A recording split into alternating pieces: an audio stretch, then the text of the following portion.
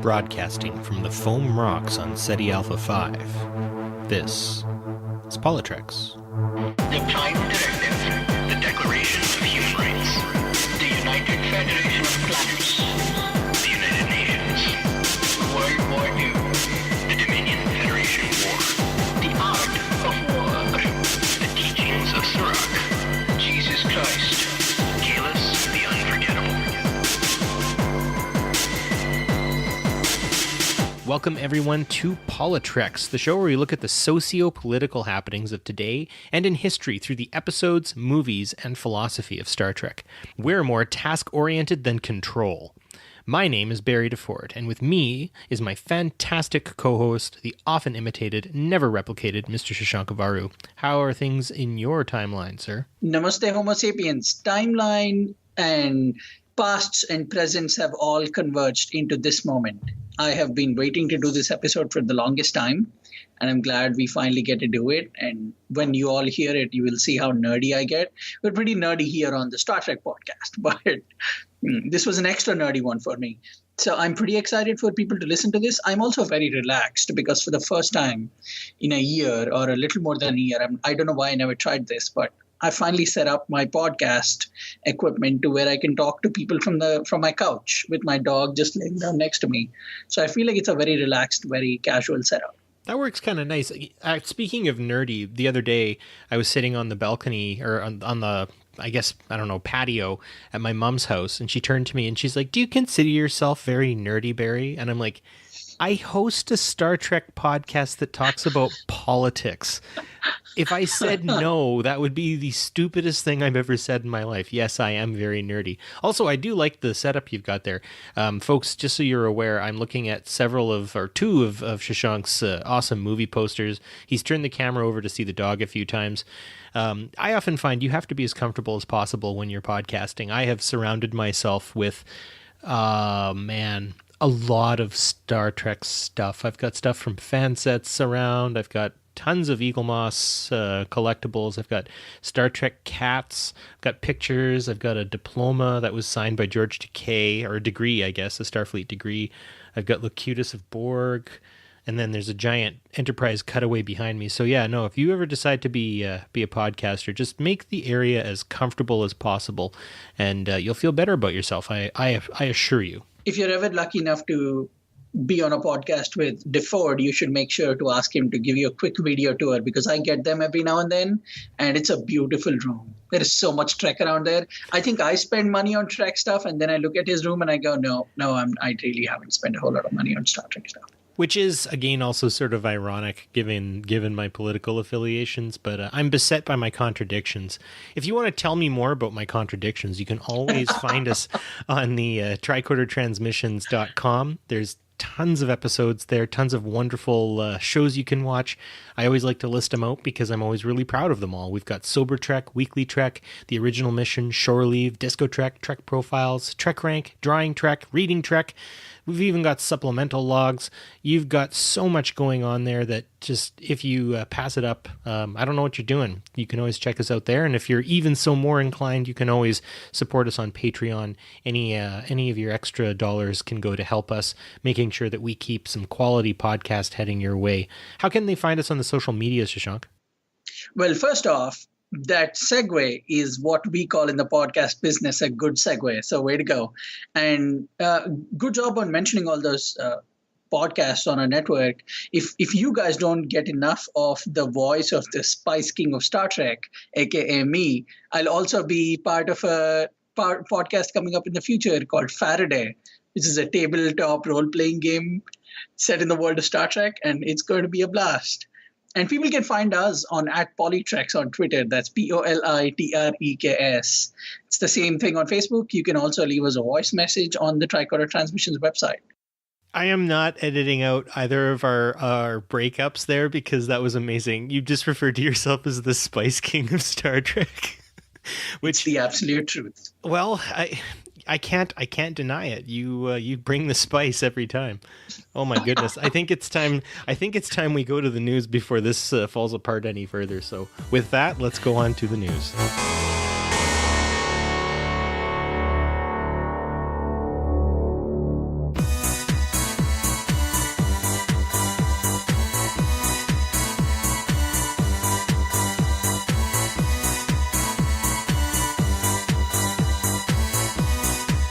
Welcome back to the news. I hope you like that musical interlude. I'll be making some more delightful sounds in the near future. I get these little bugs of making noise with the music software I have, and you folks have to be subjected to it.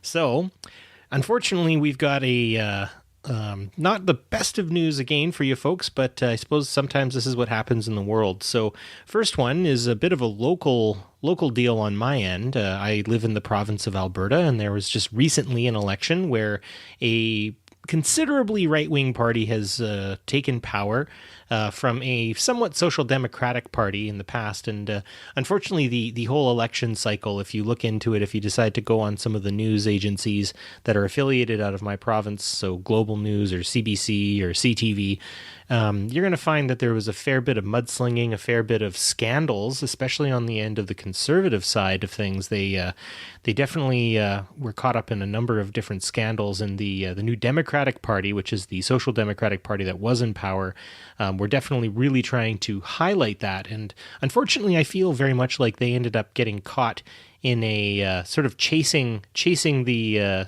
center, I guess you could say, in the sense that Jason Kenney, the leader of the United Conservative Party, as they're called, was saying what he wanted to do for the province, and then Rachel Notley, the leader of the New Democrats, and at the time current premier, was basically just repeating what he had to say and then saying that it was stupid. But she did sort of forget to mention the things that she was going to do in her party, and so I do feel like this was kind of like the Trump election, but in microcosm, where you had a couple lunatic blow-ups coming from some of the candidates within the UCP party.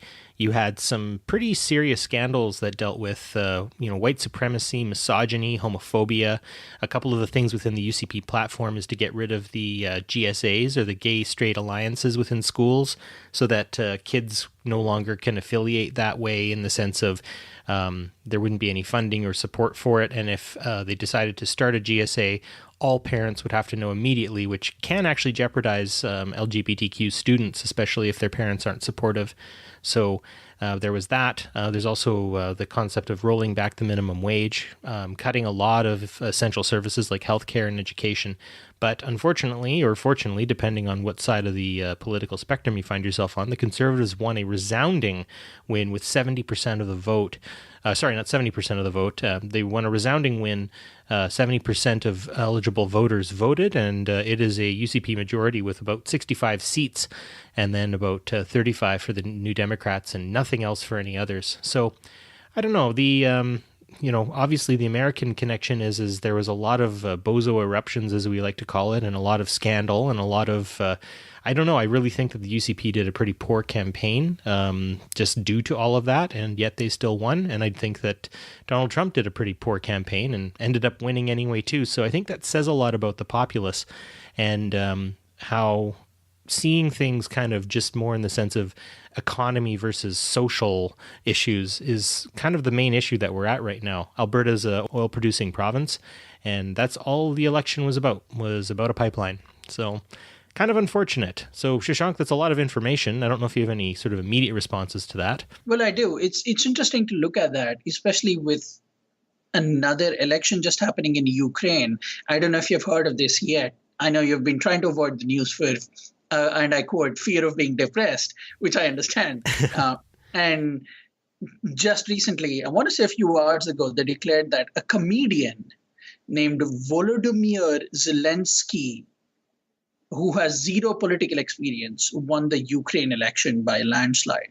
So we are no longer traversing the edge of the neutral zone, doing our best to stay safe in our enterprise. We are deep into the mirrored universe. The fact that this election in Alberta is not a surprise, or at least not as much of a surprise as it would have been pre-November 2016, is both jarring and also very affirming of the need for resistance and the need for action.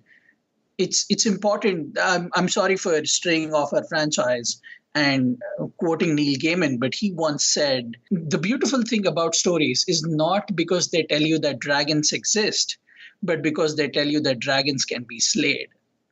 And Star Trek is such a beautiful pantheon of stories. And above all, it tells you that being good matters, and being good is what is important. And it's okay if you're losing for now, if you feel like you've ended up on the losing side, because the goal, as Kirk and Picard and Cisco and Archer and Janeway and Pike and just all the beautiful, inspiring, hopeful captains that you can think of tell you, even though we feel like at the moment we're losing, it's not game over by any means. If anything, it's your push to be loud, be active in the community, and not shy away from politics as much. And I'm glad we do a podcast about politics, because I think one of the things we at least aspire to do is try to make politics less intimidating to people. And it doesn't help that news keeps breaking about the bad guys, quote unquote, winning,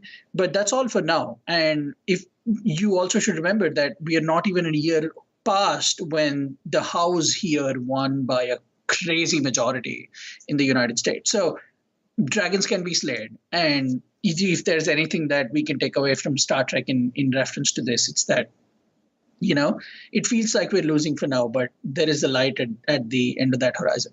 I'm hopeful for that, yeah. And I'm going to segue us into the next news bit, but I will say that there was a very important social philosopher in the late 1800s who said that when something bad like this happens first, it's a tragedy, and if it happens again, it's a farce. And of course, I'm quoting Karl Marx there, and if you don't like that, well, whatever. But yeah, I think, when we look at grit and determination, I think if you look at all of the different captains, they had that diplomacy. And unfortunately, I don't think diplomacy is working as well as it used to. And I think in this respect, what we need to do is we need to be clear with our motives. We need to be clear with what we're trying to do. And we need to do those things when we get the chance. So I really found that the NDP party, being social democratic, quote unquote, had 4 years to really make some changes. And the only thing they did was raise the minimum wage. Everything else can be repealed. That a lot of the other policies that they did are going to get repealed in the coming weeks here. So I do agree with you. There is a light at the end of the tunnel, but it does come with that courage of our conviction, something that I think every Starfleet captain we've seen had. And to be clear and to be precise and to be decisive is the other really piece of all this. Speaking of tragedy, but in a much more material and real sense, Sri Lanka is currently under curfew after being shook by a awful terror attack that has killed approximately 200 individuals while they were in mass or at their hotels during the Easter holiday here. Shashank, you say you know a little more of the info. Maybe you could kind of get us up to speed on what's happening on the ground there right now. Sure. So at 8:45 a.m. on Sunday, 21st April, which is when we are recording, bombs tore apart 3 churches, one in Colombo, which is the capital, and 2 in Negombo and Batticaloa. A little bit about Sri Lanka. It's one of the few Christian majority nations in South Asia. And the population and very much the religious bent and the more or less the politics of it revolve around the religion, or at least a part of it. And so far, over 200 people have been reported killed and 450 others have been wounded.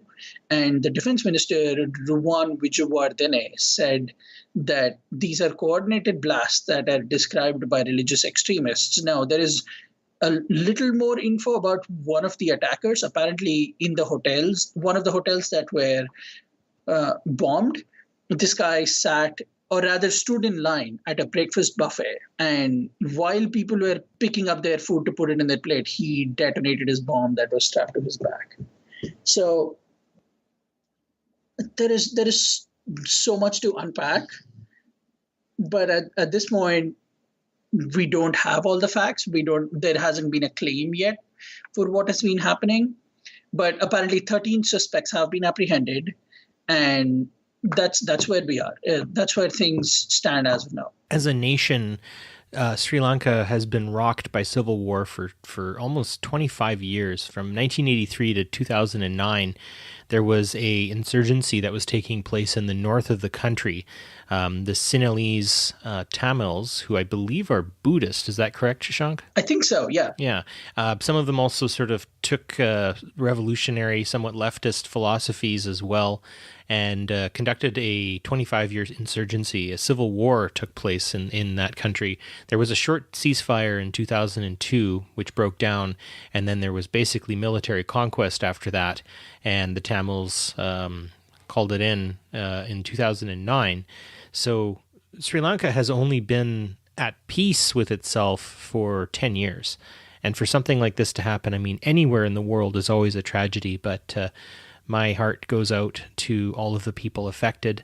And definitely the idea that on social media there's already a lot of people saying, oh, well, I know what happened here and I know what happened there.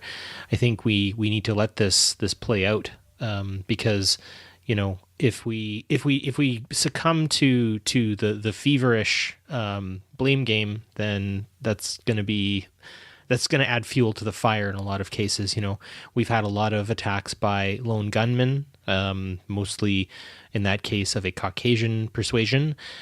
We've also had attacks by Muslim extremists in the past, but we've also had attacks by political groups, other religious groups, and whatnot. I think right now, more than anything, more than thoughts and prayers, if you do have extra money or anything like that rolling around, best to leave Notre Dame to itself. It'll be fine.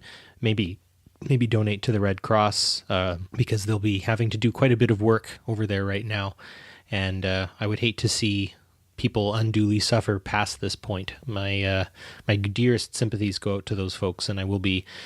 My next paycheck is coming along, and I think I'm going to have to send some money their way to try to help in any way I can. It's unfortunately relevant, especially to this episode, because we are going to talk about, in the main topic, about a lone gunman or extreme terrorists, John Harrison, aka Khan. And we talk a lot about ideology and what happened there. But it's important to remember that we did take Khan down.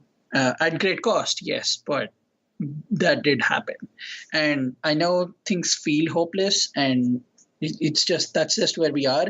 When all this happens, I can't help but go back to Star Trek and think about the sheer amount of courage and light that those people must have had inside them to keep traveling across space and run into all the issues that they run into. And yet the fact that they keep their chin up.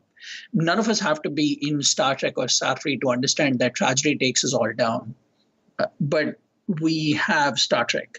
We have things like Star Trek and science fiction and things that we love that lift us up. And I think it's important to lean on those things. And it's okay to talk to people about how you're feeling.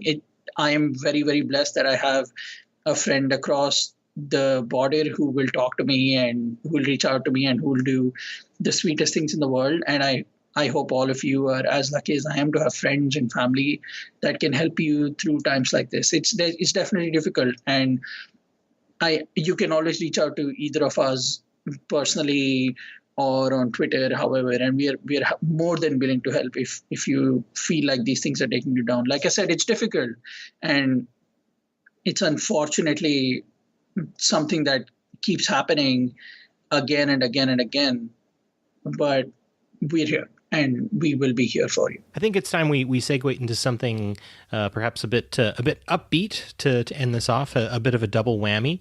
So first of all, Discovery has finished its second season. I have not seen the last episode yet, much to the chagrin of my illustrious co-host. But just some final thoughts on the entire season, maybe sort of spoiler light, especially for that last episode for yours truly and for anyone else who's also behind the eight ball like me. Shashank, what do you think? Season 2, just some quick thoughts. A great season all around. Pike is awesome. Spock was great. And really everything. I know you haven't seen the season finale yet, but it's some of the best VFX I've ever seen in Trek. I'll leave it at that. And uh, I have no complaints about the season. There wasn't a glaring big problem that I had in any way. And just because I'm a history nut, maybe I prefer, I'm sure things will change with time. But right now, because I love the Mirror Universe so much in season one, I just prefer it a little bit more than I do season two. But that doesn't take anything away from season two. It was a blast. And I can't wait to see season three. Yeah, I would echo a lot of that. If you want to hear me wax lyrical about the VFX department, I did a two on Discovering Trek, 2 episodes on Discovering Trek, where I go on and on and on about the VFX. I really enjoyed just the eye candy. But I do have to say, like, outside of that, Sonequa Martin Green is a force of nature at this point, I think. She's a Category 5 actor, and I am so incredibly impressed with the team that has been built.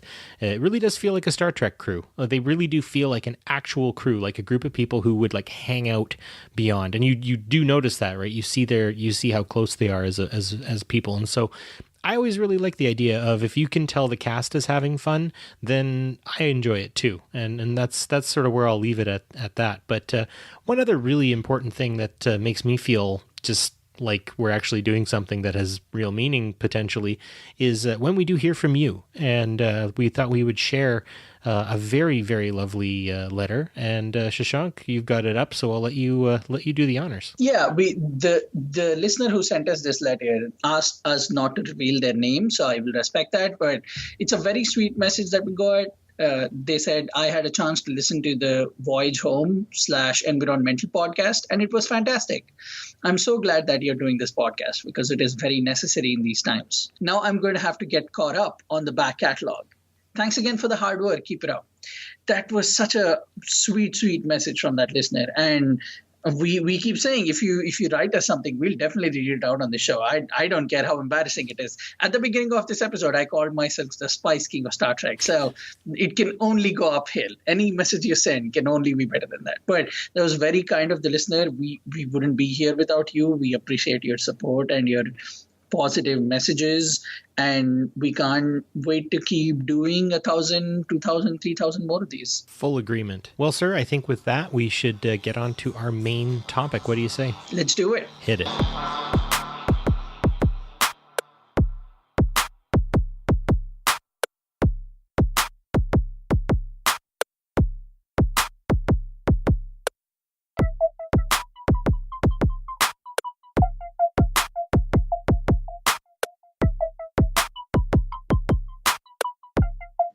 Welcome back, everyone, to the main topic for today's episode. If you have noticed with the title, you'll see that we've gone back to the PoliTreks Off series, in which we break down some of the more significant, for better or for worse, movies and episodes in the universe of Star Trek. Today is a doozy, to say the least. All my Trek friends know I am an unabashed supporter of this movie. It's my second favorite Star Trek movie. It's my favorite Kelvin timeline movie.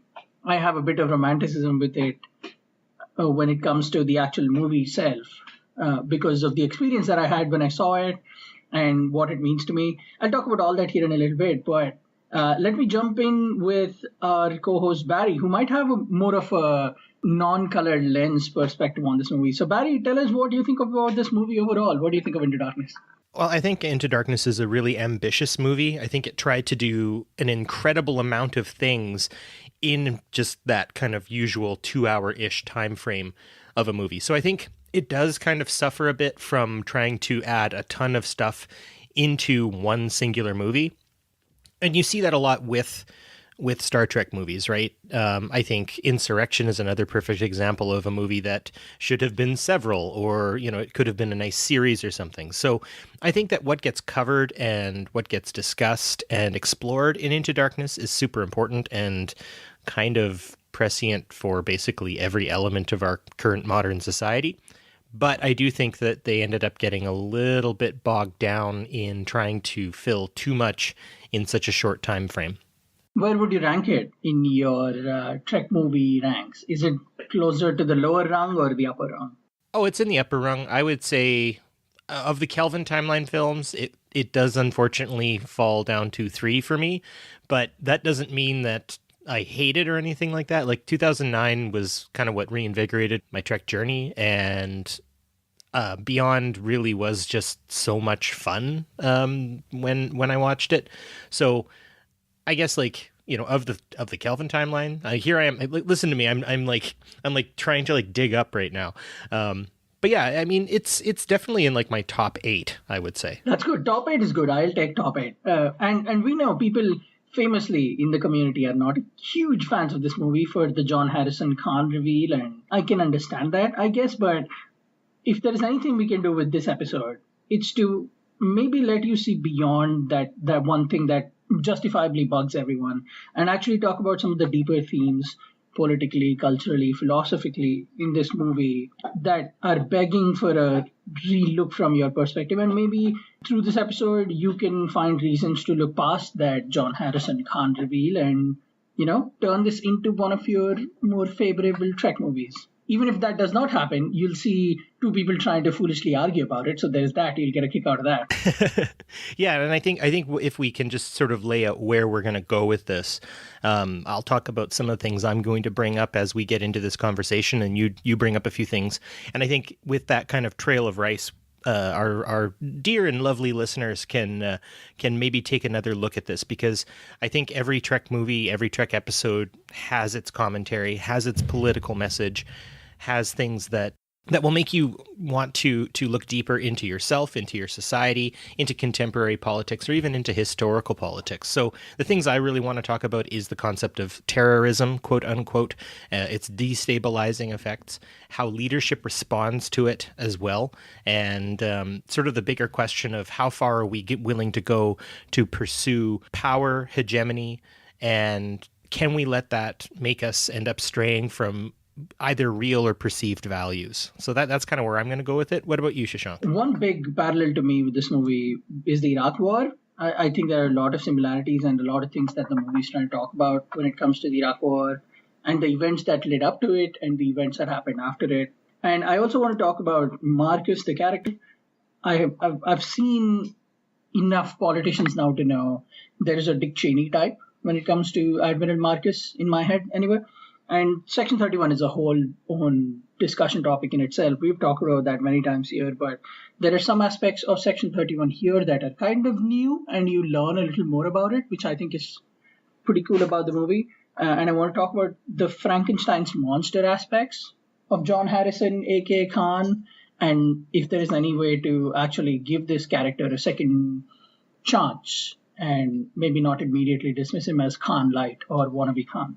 But let's get into it, man. I really wanted to talk to you about some of the scenes of this movie. We'll hopefully do a mini walkthrough about some of the important scenes. This movie to me really talks about the railroad crisis, if you will, the one where it's if there are 20 children died on one side of a railroad track and there are 40 adults tried on another side of the railroad track, and a train is coming and you get to pull the lever and redirect the train to one of them, which one would you do it to? There are a lot of those kinds of decisions in this movie. At the very beginning on Naboo, Enterprise has to decide whether they want to be seen by this planet that, according to Pike, has barely invented the wheel and saved their friend, or do they let Spock die?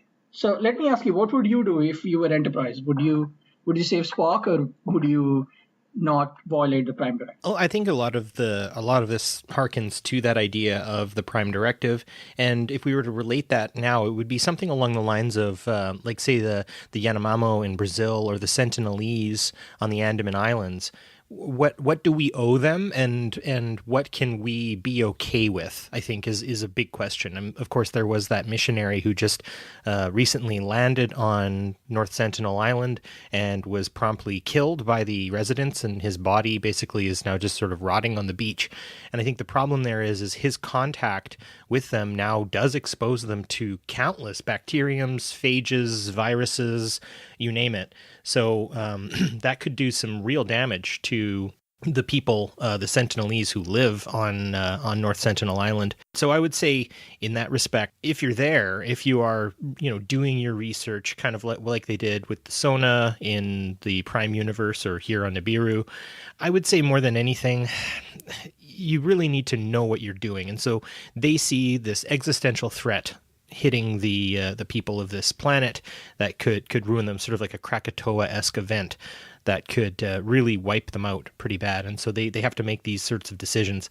I would say, for the most part, if your rules are non-contact to those who should not be contacted, then unfortunately that is sort of the paradox you're under of maybe you should not act. Maybe you should let nature happen and take its course. And that seems cold and callous, but at the same time, if you are willing to protect them, then to some degree, I think you owe them some form of contact, some form of transparency and accountability, because I think subterfuge is probably one of the biggest things that threatens a lot of people in modern day society, right? The uncontacted tribes and peoples, or low contact tribes and peoples, they need to know we're there. They need to know we exist, and they deserve to know those things, and they deserve to be assisted, because unfortunately at this point, any of the challenges they faced are probably, if not caused directly, indirectly affected by our actions in and around the planet, and I would say larger in the universe itself, or the galaxy itself in this case. I don't think the people of Nibiru are completely isolated, even in the moment where before they had the existential threat of the volcano going off. So what about you, Shashank? Would you detonate the device, or would you hang on and just let nature take its course? So if you look at the Prime Directive, it says, there should be no direct interference in the happenings or the regulations or the structure of a civilization. I would actually go ahead and detonate it, and then make the argument that there isn't really a civilization there as much as there is a group of people discovering their own species. It's not like I have landed in the Crusades and I'm trying to run the DeLorean. It's like me landing when people were drawing in caves, and hundreds of thousands of years ago, when humanity just started its first steps. And if you think about it, toward the end of that entire scene, we actually see those early men on the planet draw a drawing of the Enterprise. And I suspect thousands of years from then, that's all that it'll ever be. It'll just be drawings or some kinds of expressions that are of people's imaginations, until they actually get to where they are warp capability or space discovery capability ready, that civilization will just think, oh, these are people, who had a really creative imagination. So I would argue that there really isn't a huge amount of harm, and the fact that they actually risk their lives to do something good, I would say in the many violations of the Prime Directive across the shows, this is one I would be more forgiving of. If I was Pike, I would fight for Kirk, just like he did. And if I was Kirk and Spock, I would do it. But that's just, everybody has their own take on it. Let me ask you another question. So this leads us into, once the scene is over, Spock is picked up and they head back into their the fleet HQ, where one of the things that I don't know if people have a problem with it, but it's just an interesting relationship. We get to see some more of the Pike-Kirk relationship, and that's another part of this movie that has some threads of family, and we see a lot of allusions or discussions about family. For Kirk, Pike is his father, right? Would you agree? At least in this movie? Absolutely, yeah. No, Pike is definitely the father figure of this entire arc. And if you intersperse that with what's going on with the reveal of John Harrison and an actual father trying to save his daughter, with the ring bomb in the library that we later learn is the headquarters of Section 31, what would you do there? Would you do that to save your daughter? Well, I think just to kind of respond and maybe riff a little on the things you've said so far, I think this all brings up that idea of family and the concept of intervention and how we intervene in other people's lives to benefit themselves or benefit ourselves or maintain or disrupt a hierarchy or hegemony. So just really quickly touching on Nibiru, you're right. I mean, what they do is really just damage control. They're just trying to save a group of people who ultimately the brief amount of contact in 500 years isn't going to have that much of an impact. They might start a religion, kind of like with the Red Angel in the current Discovery series, but ultimately, yeah, you're right. There isn't going to be a heck of a lot. In terms of the family of the Federation, I mean, it just seems like Section 31 is kind of that heavy-handed or ham-fisted, kind of hiding in the shadows group of people who are stirring up a lot of this. And if it wasn't for Section 31's meddling, I don't think we would have the crisis of John Harrison / Khan that ultimately gets created. I squarely put blame on the CIA of the United Federation of Planets to do these sorts of things. So when we get into the idea that would I go and sacrifice myself to save my child, I mean, parents are biologically programmed to do anything for their children. So that's a bit of a no-brainer. Of course I would. But I think if you really think about what are the conditions that put John Harrison and the father and everyone in the position they're in, well, it comes down to who's in charge and what exactly is everyone in this interconnected community doing. And I would say that this whole story is basically the overstretching and the oversimplification of a crisis set out by Section 31 themselves. So I don't know if that answered your question or not. No, you did. You did answer that question, and I appreciate you jumping in and sharing some more points about the scenes that happen. Again, something interesting happens here. The explosion happens, and then we find out that it wasn't the explosion that was the real intent, which I thought was pretty cool. It was the mandated council meeting that John Harrison shows up to. He's kind of a bane of the story, right? I mean, it doesn't matter who he is. And I think that really does kind of come forward. And a lot of people on Twitter have even said, this might not actually even be Khan. This could just be John Harrison saying he's Khan because, like Bane says, it doesn't matter who we are. What matters is our plan.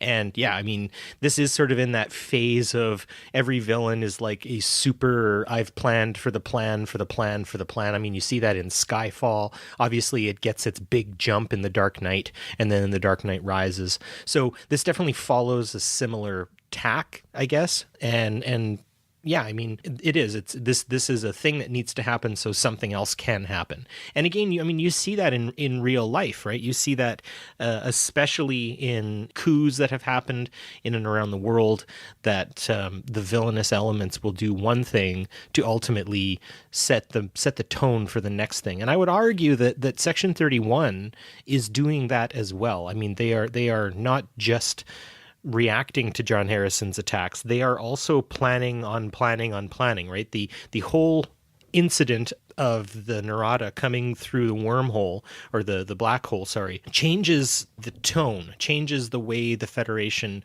reacts to threat, right? And it really does remind me of sort of like a Wolf 359 moment where you also see the Federation change its tack and change its tone. And it does it through propaganda. It does it through trying to change the psychology of everything. And so, yeah, an attack on the center, the core, right? And taking the lives of several prominent members of the United Federation of Planets is meant to destabilize, but it's not necessarily like Section 31, Admiral Marcus is that upset about that. I mean, just like Pearl Harbor and September 11th, I am not a conspiracy theorist on either of those events, but definitely it was capitalized on, and definitely they had a horse in the race on getting their interests pushed forward after the event itself. No, I fully agree. Those are great points. And the more I think about it, it kind of would have made everybody's lives easier if Marcus would have just said, this is something that we made, and this guy out there is not just any other lone gunman, which I confess is difficult to deal with, knowing what we know now about lone gunmen and that reality. Just that scene is tough to watch. But it certainly drives forward the point that the shootout is not the shootout, or the killing is not the killing. If you think about what happened in New Zealand recently, or the synagogue in Pittsburgh, or just so many that there's just no point in going into them, except it's important to remember that they all have a specific vendetta. They have an agenda, and the killers have a way to get that out and say, do this, and this is why I'm doing it. so these people can be hurt or these people can be eliminated. Yeah, I think that right there you said it. If Admiral Marcus was actually accountable to his leadership, he would have come clean, said that he was trying to create a human weapon out of these advanced people, and stepped down for excess and abuse of power. But instead, he doubles down, gets extra secretive, starts basically trying to eliminate those who are against his ultimate plan of being the main dominant force within the galaxy, and completely ignoring and pushing aside the fact that the conditions that he's creating is actually what is responsible for these lone gunmen and other kinds of attacks. And yeah, we can directly see that. You think the populist rhetoric that is taking place in our countries, I guess, and around the world isn't having an effect on the individuals. I mean, you see these right-wing radicalizations taking place, and they are in line with a lot of the talking points of the leaders who are trying to score points to get votes. And I think, again, you can see that in Admiral Marcus's unaccountability and inability or unwillingness to take responsibility for the things he's responsible for. And ultimately, I mean, this almost costs him his daughter. It almost costs the internal structure of the United Federation of Planets. So again, though I've been critical of the movie in terms of kind of the way it was parsed out, I think it asks some very, very important questions.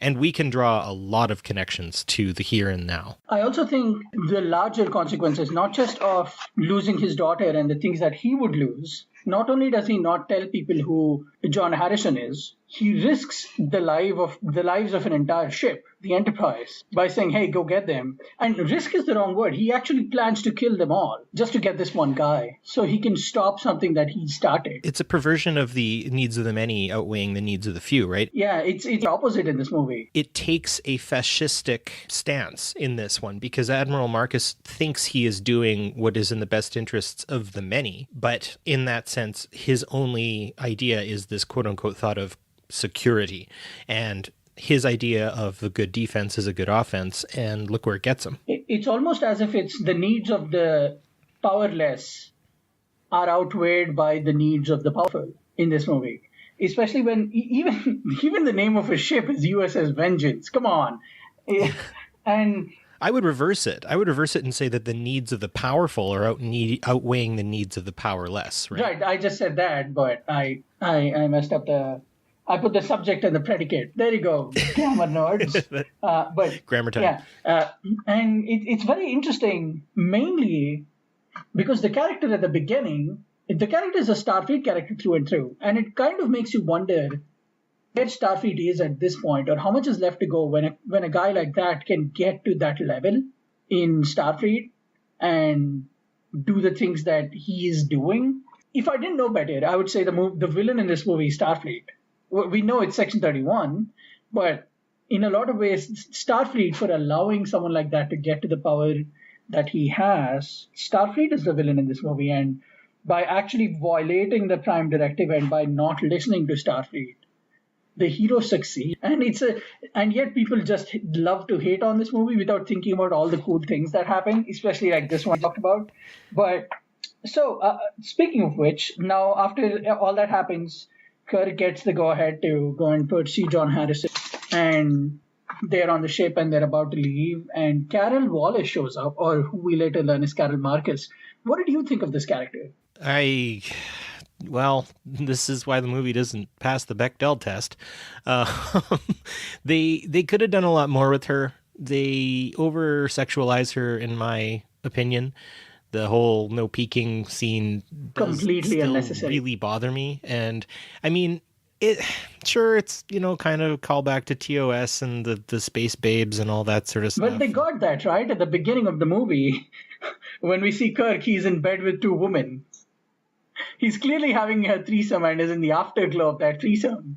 And I mean, I thought that would be enough, but then they had to show the Carol in the bikini. I mean, I guess that's the thing is like, I think that her as a character has a lot of nutritional value to the story and the advancement of the story. I mean, the reveal, of the father-daughter relationship again ties in this whole family thing that you're talking about. I do think there's a lot of value in her character. It's just she really gets bogged down in in trying to tell more than time allows and allots for, right? She can be a sexual character. That's perfectly fine. Every character will have a bit of their sexuality that exists. It's just they sort of shoehorn it in, or like, I don't know, like just some gratuitous moments just kind of parachute their way into the movie. And you're kind of like, oh, okay. And it's almost like they're ticking off boxes. They're like, okay, we've shown her midriff, so we can move on now. But no, I think that her grappling with the idea that this is her father and stuff like that, I think is an amazing bit of storytelling. I just wish they would have focused on that a little more. It certainly, that's the one scene that I will not defend myself when I get into debates with people about Into Darkness. And it's very interesting that Disney and Lucasfilm saw this movie and said, oh, J.J. Abrams, that's the guy from Star Wars. Let's do it. They did a lot better with Daisy Ridley's character in Star Wars, for sure. They definitely learned their lesson. The same applies for Kelvin Trek 1, or Star Trek, as people call it. You know, the same thing happens in there. There is another bikini wearing, or just girl in her underwear that Kirk is about to bed, and then the whole Ahura thing happens when they hear about the transmission from Nero. So just those were a couple of things that I was not on board with. I know there are people who watch stuff and it's supposed to be an all-rounded movie. The demographic that they're trying to get will get a kick out of it. I get all of that. But, you know, just because Alice Eve, she's a very attractive woman, completely agree on all counts, but maybe not do that in a Star Trek movie. And I like that because they didn't do any of that in Beyond, at least that I can think of. No, but I mean, there was still intrigue and some love interest and stuff like that. But yeah, I mean, that movie stands a lot more on its own, I think, for its storytelling. And I think maybe because they didn't need to shoehorn in a love story, that the movie actually is a little more successful, I guess is the best way to put it. And I'm not trying to eschew love stories in movies or TV shows or in Star Trek. Oh yeah, City on the Edge of Forever is still one of the best love stories. Yeah, I would say that Jadzia Dax Worf love story is also one that's very inspiring. So it's not like Star Trek can't do really good love stories. And I mean, I think that they're doing that again right now with Ash Burnham and Culber and Stamets. So yeah.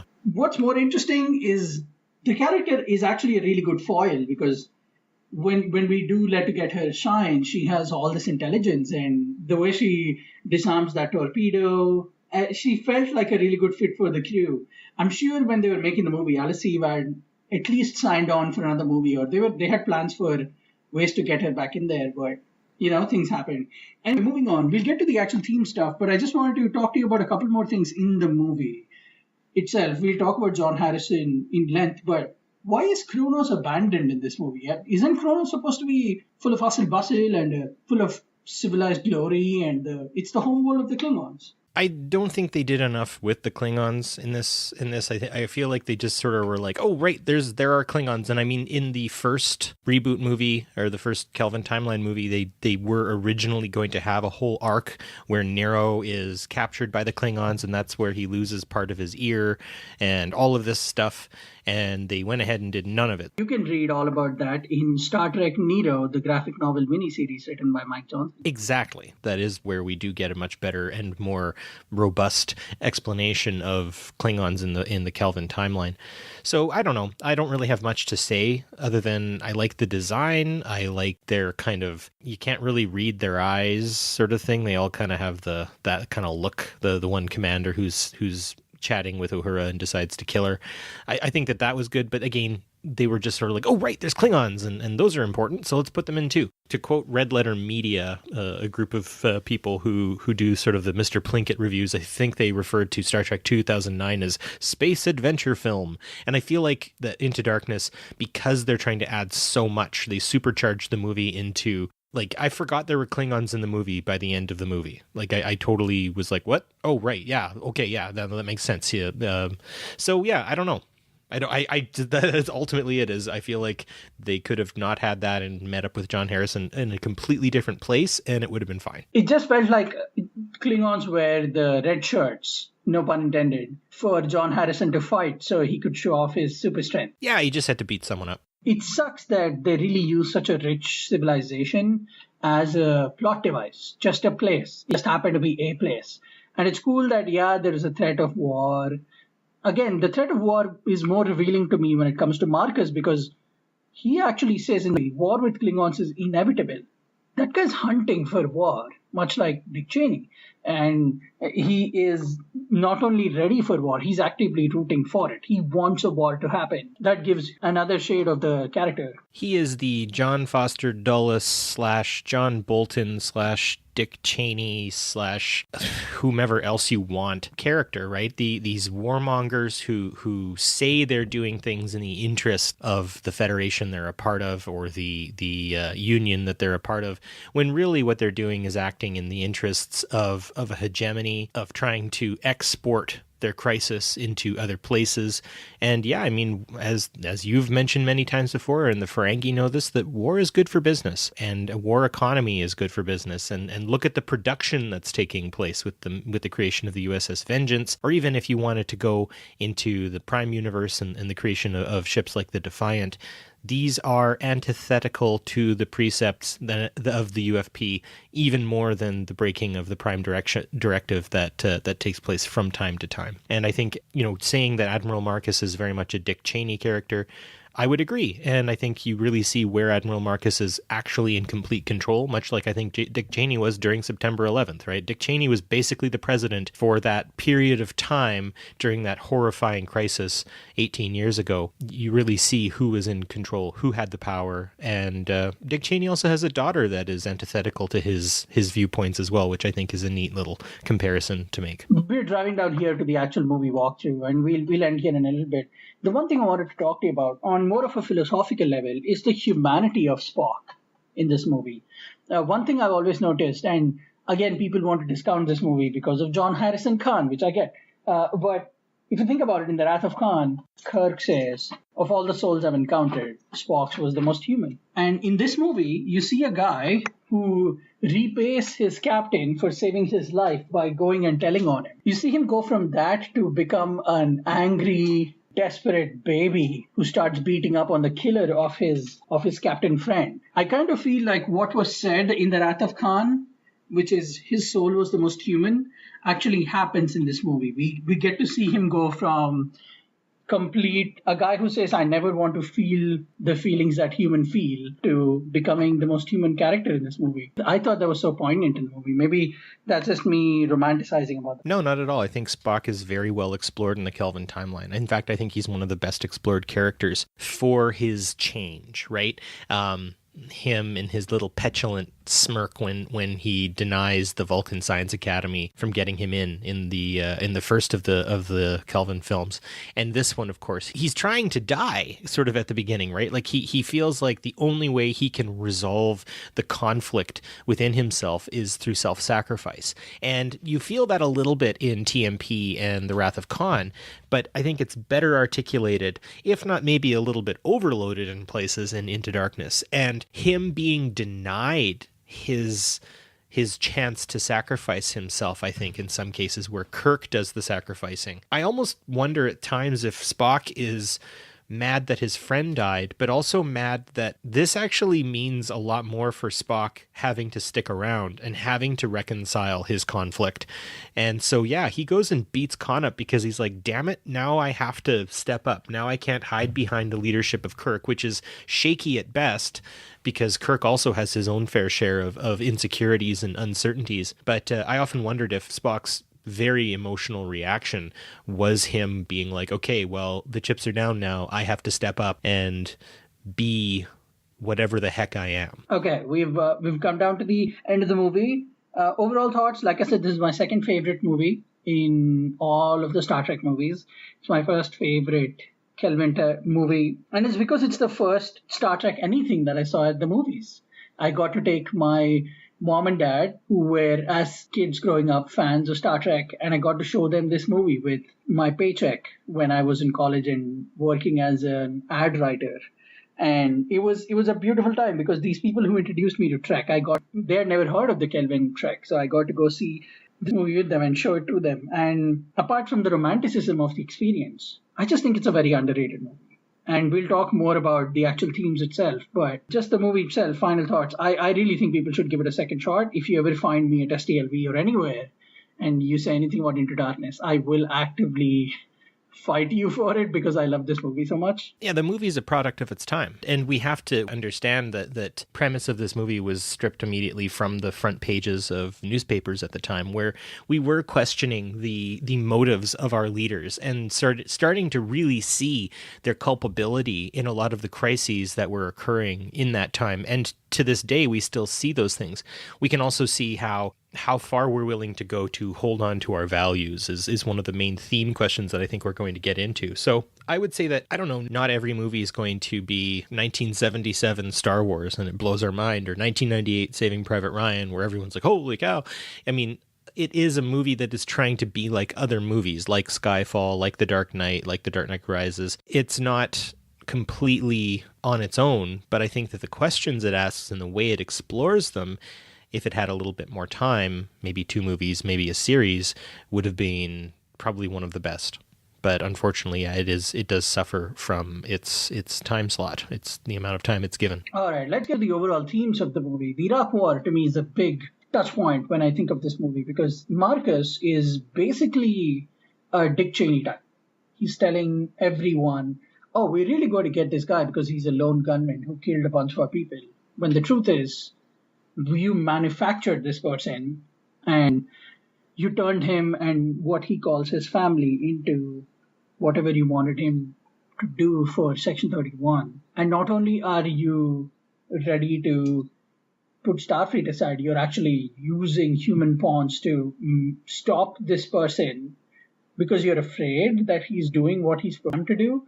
Just it's the WMDs, when really what they wanted was the oil all over again, at least when it comes to the Iraq War and the Cheney Marcus plot point. What do you think of that? Absolutely. This is 100% the subterfuge. This is the Gulf of Tonkin. This is September 11th. This is Pearl Harbor. This is this is the current crisis in Venezuela. This is Salvador Allende and Augusto Pinochet in Chile. This is a hegemony who is trying to assert its power when it feels that power is threatened. And that is when you start seeing that, in our case, it's profit over people. And for them, I think there is a type of profit they get from this as well. It's not the same kind of material profit that we see here in terms of money. But I mean, Admiral Marcus has a lot to gain here. And when you see these leaders and the way they act, like just recently, John Bolton said that he met with a bunch of former Cuban exiles who were involved in the Bay of Pigs invasion in the 1960s. He's saying, oh, we have to watch out for the existential threat that Cuba and Venezuela pose to the United States. Like, are you kidding me? Like, are you actually kidding me that you think that Cuba and Venezuela pose any kind of threat to your people? Like, come on. And it sort of would be the same sort of thing in that, like, I think that at that point they should understand that the whole Nero situation was a one-off, and the crisis that they have between the Klingons and the Romulans and all the rest really do just come down to power struggles and squabbles between different hegemonies who are interested in maintaining and holding on to their power. We see that here. We see that in real life, and we currently still see it happening. And divisive element of it, I think, is probably one of the worst things to sort of stifle our progress as a people. Like, we currently are fighting harder for a pipeline in my province than we are for hospital beds and smaller class sizes. And some people will say, like, oh, well, the pipeline is really important because, we need that money. And it's like, if that's the case, then maybe Bill Hicks was right, that it's about money, not freedom. You think you're free? Try going somewhere without money. And it's about maintaining status quo, and it's about maintaining these hegemonies that does export a lot of suffering away from the center. When we have these like attacks on boardrooms and in the CIA Section 31 headquarters and stuff like that, these minor attacks, they pale in comparison to the day-to-day experience of people in developing countries, in places that are currently undergoing economic and political upheaval. And we here think that the only way we can support ourselves is by letting people like Admiral Marcus run the show to protect us. They're willing to do evil things in order to give us this sense of security. And when that sense of security is under threat, we unleash them like dogs, and we reap what we sow in a lot of cases.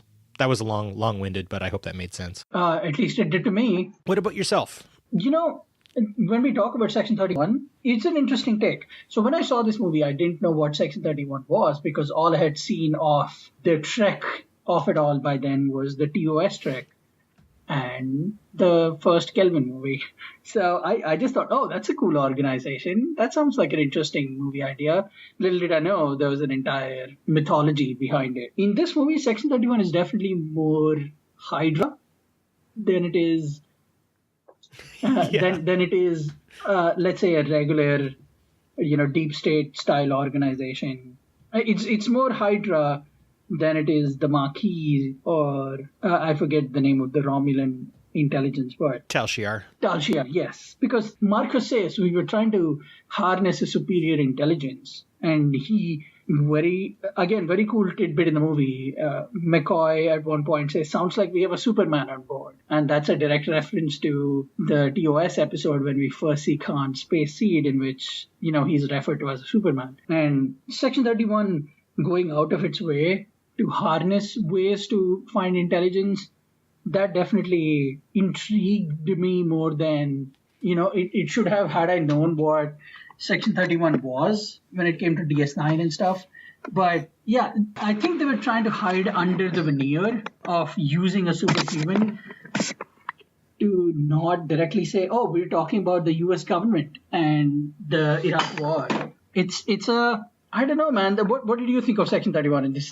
If you had to compare it, what would you compare it? I would compare them to the CIA. 100% straight line. For instance, looking at Guatemala in the late 1950s and early 1960s, right? You've got Arbenz taking over, and he's really just pushing social democratic reforms. But because it's not acting in the interests of the United Fruit Company, which, again, is being helped by the American Army and Secret Service and all that sort of stuff, he is basically bullied into exile and dies a miserable death. And then these paramilitary groups move through Guatemala, killing thousands of people and saying they only kill like 50, right? But we now know that basically they shot them and put them in, just put their bodies in the ocean, and that was it. And so this is what these secretive extra-governmental organizations have time and again been willing to do to maintain a level of hegemony. And so ultimately what I'm seeing, and this goes from the Prime Universe when we first see them in TOS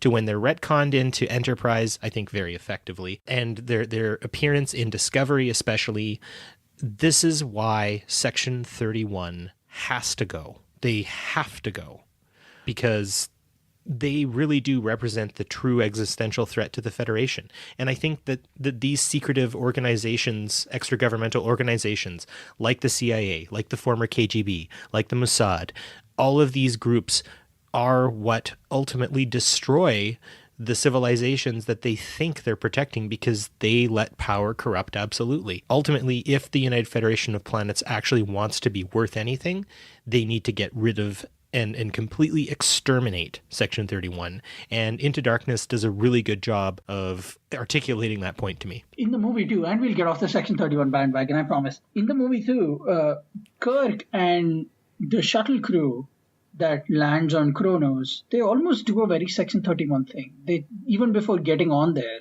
they change their clothes into civilian clothes. And they say, oh no, this is because we don't want a Starfleet and a Klingon war. But the truth is, they know what they're doing is wrong. And even though they're here to capture, they know on some level it's just not right. I would argue that's more like misplaced diplomacy, but I see where you're getting at. I mean, it would have been a lot easier had they actually down in their Starfleet garb and landed there and caught or catch John Harrison. And then, I mean, I wouldn't say the Klingon would start shooting at them and try to kill them all. They would at least be a little more understanding than when they saw just people dressed in civil attire just going down and speaking Klingon. It just, had that been the mission itself, had it been a little more peaceful, and I don't know if that's the right way to put it, but had it been a little more Starfleet-like, I bet the Klingons would have understood. But it's just, the whole thing is such a fishy, and they didn't listen to them either way, clearly. And that's why John had to step in. I think also John Harrison knew what he was doing by hiding on Konosh, right? Like he goes, oh, okay, yeah, I'm going to go to a place that's hostile to the group that I'm trying to fight right now because I know that they're not going to be able to extradite me from here. So I think, again, maybe what the Federation should be thinking about doing is how does it wage peace rather than wage war? And as it has been abundantly proven in the TOS movies afterward, the Klingons had an appetite for peace, and yes, it took a threat of their planet being destroyed for that to happen, but I don't necessarily think it was completely out of the question even before that. And I would say that again, the TNG Federation does a much better job of waging that peace and maintaining those peaceful relationships, right? Like, I mean, Darmok is a perfect example where, the easiest way to have settled that problem was to just blow them all up because we can't understand them, we don't know what they're talking about, and they get frustrated and hostile really, really quick. The Klingons are really good at doing that too. And so I think if the Federation was actually trying to actively seek peace and it got rid of its Admiral Marcuses and its Section 31s, it would have made it so much easier to do that. I mean, I think about, Benedict Cumberbatch plays Julian Assange in a completely different movie. Julian Assange has just been arrested by the Ecuadorian, he was arrested when he left the Ecuadorian embassy or was taken out because they're no longer saving him anymore. Look at how long that took. Honestly, if the whole Iraq crisis was dealt with in a much more humanitarian way and wasn't just posturing for economic gain, none of this would have happened.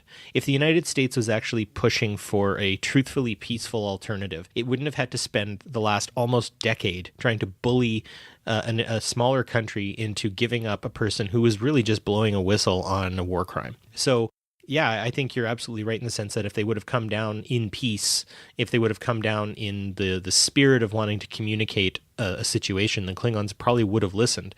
But I would say that they had set up a situation where that was practically impossible anyways. And the Klingons' decision to try to kill them anyway, I don't think would have been very different. Now we come to at least my final point of discussion for this movie, and that is John Harrison, the character itself. And if you, our dear listener, put the idea aside that this is Khan, and you don't think about that for a second, John Harrison as a character is very fascinating. Unlike the Superman aspect of the original movies and episodes, here he's Frankenstein's monster. He was created and arisen by an organization to quote unquote get superior intelligence. And then he's now trying to be killed because they want to kill their own people because they realize they made a mistake by resurrecting these 300-year-old people. I mean, what do you expect would happen if you did try to raise someone who was 300 years old and was known for their physical and moral and mental superiority? It's just the whole thing was a mess from the start. And it was such a bad idea, and leave it to Admiral Marcus to go from bad to worse when it came to the Khan of it all. And my biggest argument is people tend to not look at the really cool Frankenstein's monster aspect of this. And this is a monster that Starfleet created. It's important to remember that. This organization that immediately abandons the two people who tried to save a civilization by making their ship visible is completely willing to forgive a guy who lets an entire ship be destroyed for one person. If that is where the bureaucracy of the organization is, it definitely needs a hard look and maybe a little bit of a go back to the drawing board aspect, because you when something's done right, and even if it's a wrong action done for the right, as in the beginning of the movie, there is no second look. But for a character like Marcus, he's being given everything he wants in spite of him trying to kill people to undo his own mistakes. It's just, the whole thing is such a big mess. It is really exactly what the United States and other countries like them have done in the past by propping up brutal dictators for their own interests, and then that blowing up right in their face. I mean, they trained Al-Qaeda to fight against the Russians, and then eventually it just spins on them, right? They prop up Augusto Pinochet in Chile in the 1970s to topple a democratically elected social democrat who, like, on the off chance might trade with the Soviet Union, they have to oust him. And so they put a guy with ex-Nazis on his senior staff to run the show, and then they're blown away by the amount of human rights atrocities that he commits shortly after that. I feel like in this case it is a much more of a Frankenstein's monster thing, like you say, because I feel way more sympathetic to John Harrison Khan than I did to Ricardo Montalban's Khan. Ricardo Montalban's Khan was the bad guy of bad guys, right? He was full of swagger and bravado, and his whole epic was swashbuckling. From Space Seed to The Wrath of Khan, he is very much convinced of his own greatness. And it has a lot to do with the fact that his people are with him. And in this case, Khan is trying to get revenge for the treatment of his followers. But again, he was a megalomaniacal, brutal dictator of planet Earth in Star Trek canon, and they use him as a weapon. And it's still like, that's interesting, because, you know, these sorts of things take place and are taking place in the sense of using someone who is brutal to do your dirty work for you. And I think that is originally what Admiral Marcus wanted to happen, but unfortunately it didn't, because he was spinning too many plates to keep his hegemony up and running. And I think that again is something that we're seeing and have seen in real history, especially during the Cold War and now in the quote unquote war on terror that has taken place. I mean, even the war on drugs, you see that sort of stuff happening in the late 1980s, early 1990s, this same kind of propping up horrible leaders in and around the world to maintain and keep your interests up and running. So, yeah, you're right. It is a Frankenstein's monster thing. And I do think that Khan is a little more sympathetic this time around, but he's still not without the idea that when you play with fire like this, you're going to get burnt. All in all, I think it was a good take on Khan. It was a good way to turn the tide on this character we knew and show how a character like Khan could have come from our own doing and our own noble intentions. But really, that's all. I think that's all we have to say. I'm sure I could keep going all day, but we are doing this new thing on PoliTreks where we actually respect the listener's time and we're hoping for some consistency. And so we're trying to do our best to keep it short. And with that, do you have anything else you want to add? No, other than thanks for bringing this up. I really enjoyed my rewatch of Into Darkness. I watched it about 3 days ago now, no, not even 3 days ago. I watched it like a day and a half ago, and it was good. I enjoyed watching it. I mean, anytime I get to watch Star Trek is a good day, and I appreciate getting to do this. And so for those of you listening out there, give Into Darkness another listen and think about the time frame in which it was made, maybe some of our arguments. And as usual, I mean, if you want to keep that discussion going on Twitter, especially, we will more than happily engage. You can do that with us on Twitter on @PoliTreks. That's PoliTreks. That's the same name on Facebook. You can also leave us a voicemail on the Tricorder Transmissions website. That's the tricordertransmissions.com. You know how it's spelled. You've been there before. Stop it. You can find me on @gutter_hero. You can find Barry on BJORNDFJORD. Did I get that right, Barry? You absolutely did, sir. With that, this is what we do on PoliTreks. We really don't know what we should do. To quote Kirk, we know only what we can do. And what we can do is keep making PoliTreks out of all the Trek there is in the world. So, until next time, live long and prosper. And onward to Starside.